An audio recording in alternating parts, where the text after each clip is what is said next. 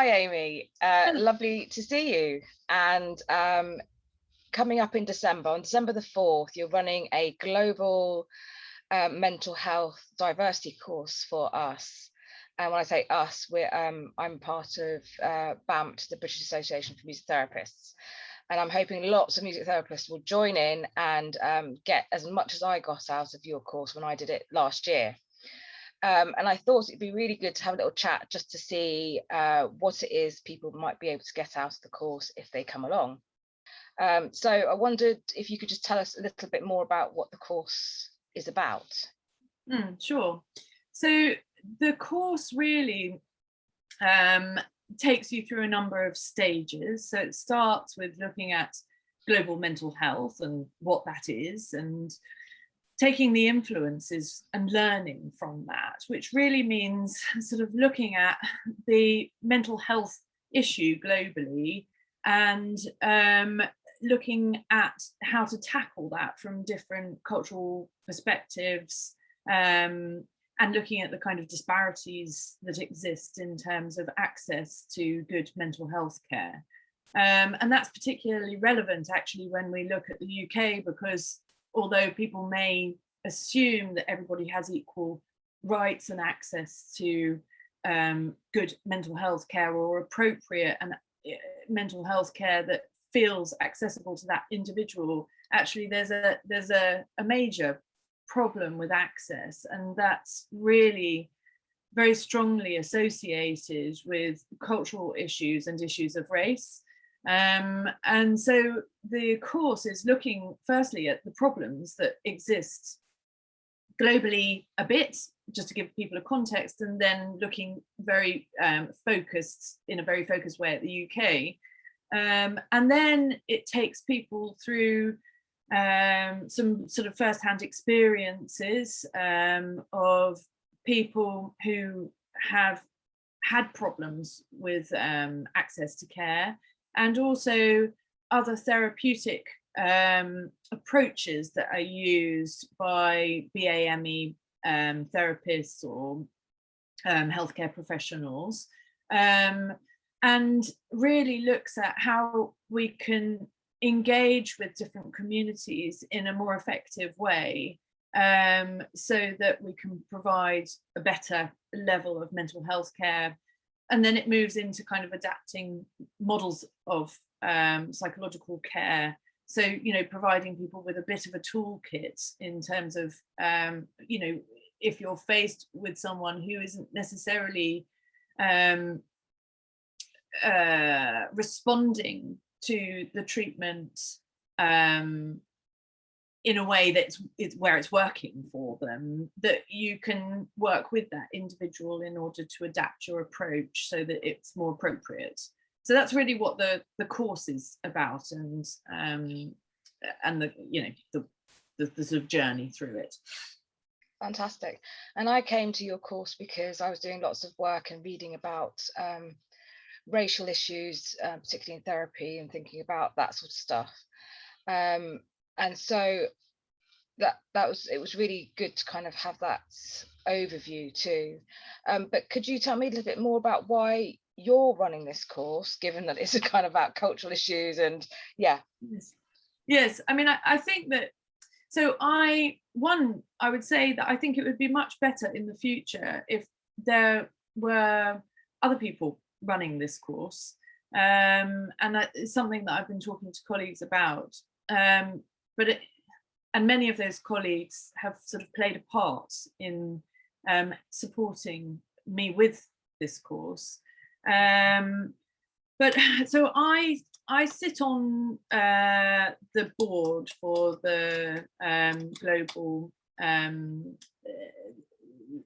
mental health project for Wessex, and that's particularly looking at how we design and improve the delivery of care for refugee and migrant communities. So I have got a good amount of knowledge around the access into care for particular communities of people who have been working within that field for a long time.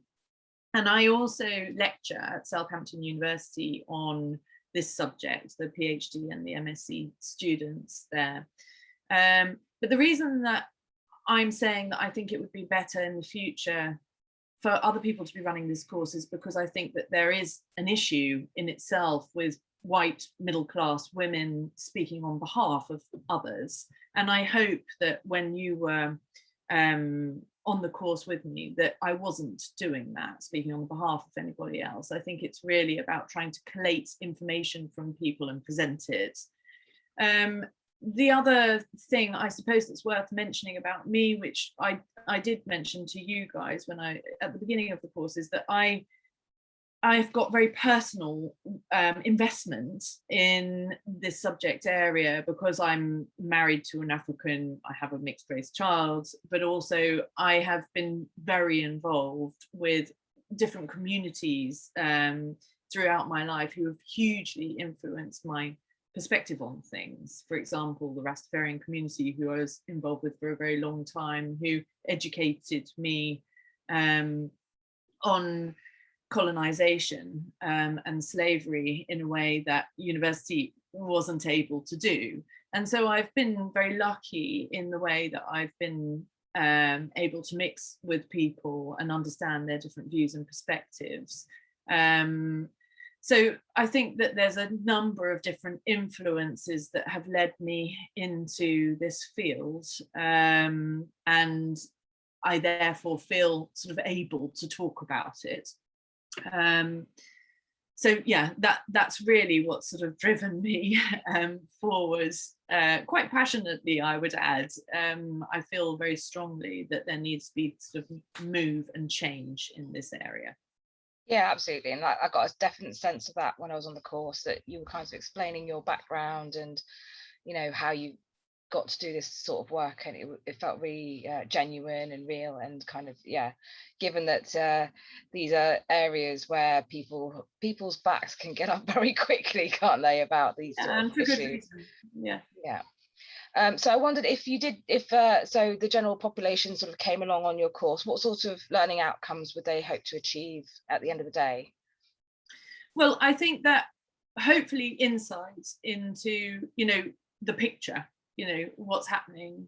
I think lots of feedback that I always get from this course is the opportunity for people to talk to each other about their experiences. So that sharing between the groups, and then some toolkits to be able to look at, you know, well, what do I do? You know, if I'm addressing a particular community of people, and I would hasten to add that this is not about being an expert in any particular cultural norm or community that is out there, which would be a sort of ridiculous goal to try and achieve.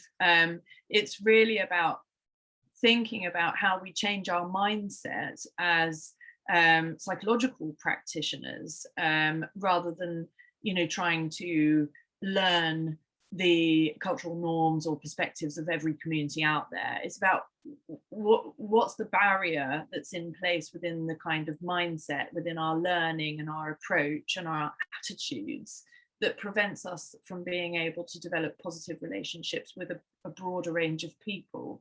And so some prompting and challenge around that, and some sort of toolkits in terms of actual technique. You know, how do you know, adjust your approach to make it more suitable to people. Fantastic. Well, look, I'm looking forward to the 4th of December, and it'll be great to meet you there again and have a whole day to kind of spend thinking about this subject, because it's so fascinating, and it's kind of the start of the journey, isn't it? You do this course and you think, well, now what? Now where do I go from here? So yeah, for sure. And I'm still learning all of the time, you know. Yeah, absolutely. Yeah, brilliant. So thank you very much for your time, Amy. Thanks so much.